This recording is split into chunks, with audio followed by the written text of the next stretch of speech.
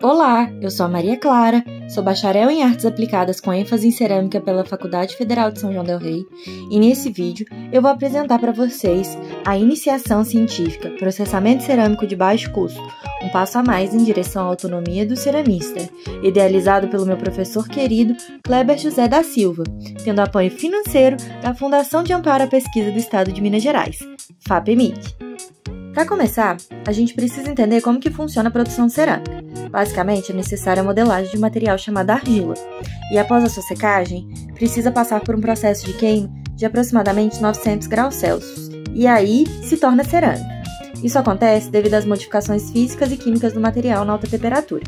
Inclusive, esse material pode mudar de cor durante a queima. No caso dessa pesquisa de iniciação, o objetivo principal é o beneficiamento de argilas in natura através de recursos mínimos, visando aperfeiçoar o material bruto nas características de coesão, plasticidade e estrutura por meio de coagem simples com materiais acessíveis. A argila utilizada nessa pesquisa foi retirada de uma olaria em Lagoa Dourada, Minas Gerais, e o primeiro passo para o processamento dessa massa é a obtenção do material. Nessa pesquisa, em específico, fez-se necessário o uso de baldes e pá para extração. Logo após, a argila foi encaminhada para um ateliê, onde foi disposta em caixas vazadas para secagem total. Após a coagem, a argila foi hidratada ao ponto que se tornasse uma espécie de lama, chamada barbotina, e esse material recebeu água suficiente a ponto de ser coado por duas malhas diferentes, o sombrite e o saco de pano. Para a pesquisa, nós optamos por fazer a preparação da massa em 3 partes. Uma parte sem coagem, apenas com hidratação, uma parte coada por sombrite e outra parte coada por saco de pano, sendo o sombrite uma malha de plástico parecida com uma tela. A principal diferença dessas malhas é o tamanho de sua trama, permitindo a passagem de mais ou menos material através da coagem. Após a coagem, esse material passou por um processo de secagem e sova, para que eles fossem divididos em amostras identificáveis. Essas amostras foram destinadas aos alunos, professores e técnica do Laboratório de Artes Aplicadas da UFSJ, a fim de que respondessem um formulário em relação às características de plasticidade, estrutura e coesão da massa. Os resultados foram os seguintes. O sombrite teve a média de avaliação em sua plasticidade de 7,4, em relação à estrutura 7,1 e coesão 7,2. Já o saco em plasticidade 8,05, estrutura 7,9 e coesão 7,7.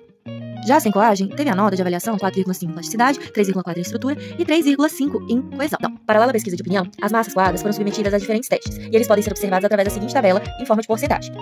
A retração de secagem na massa coada em sombrite foi de 5%, sem coar 4% e em saco 5%. A retração de queima em 980 graus em sombrite 10%, sem coar 9% e em saco 10%.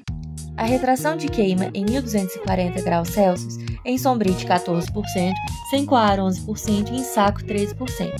A perda de água em secagem 10% em sombrite, 6% sem coar, 10,4% em saco. E a absorção de água depois da queima de 980 graus na amostra de sombrite 19,5%, sem coar 22% e em saco 12,8%. Absorção de água em 1240 graus Celsius em sombrite 3%, sem coar 10% e em saco 9,6%. Podemos concluir que as massas coadas em sombrite e saco se comportaram de forma parecida. Porém, o saco apresentou uma granulometria menor em relação ao sombrite. Consequentemente, essa argila se comportou de forma mais plástica e, de certa forma, manteve características como retração e capacidade de suportar queimas em alta temperatura próximas das massas cerâmicas que nós, ceramistas, já consumimos. Mesmo baseado em uma amostragem de uma jazida em específico, entendemos que esse estudo mostra a existência de uma real alternativa ao consumo de argilas processadas industrialmente, principalmente na microrregião de São João del Rei, onde nós temos uma comunidade enorme de ceramistas sendo formadas pela própria UFSJ. Então, esse é um caminho muito interessante a ser seguido e explorado. Isso tudo com um método simples e de baixo custo. Para finalizar, gostaria de agradecer a oportunidade de estar participando desse congresso em forma de vídeo pôster. Gostaria de agradecer também a FAPEMIG pelo amparo financeiro. Gostaria de agradecer também ao meu querido professor Kleber, a toda a comunidade do curso de Artes Aplicadas e principalmente agradeço ao FSJ pelo seminário de iniciação científica, onde recebi menção honrosa, e essa menção honrosa me permitiu estar aqui hoje apresentando esse trabalho a vocês. Com muito carinho, Maria Clara.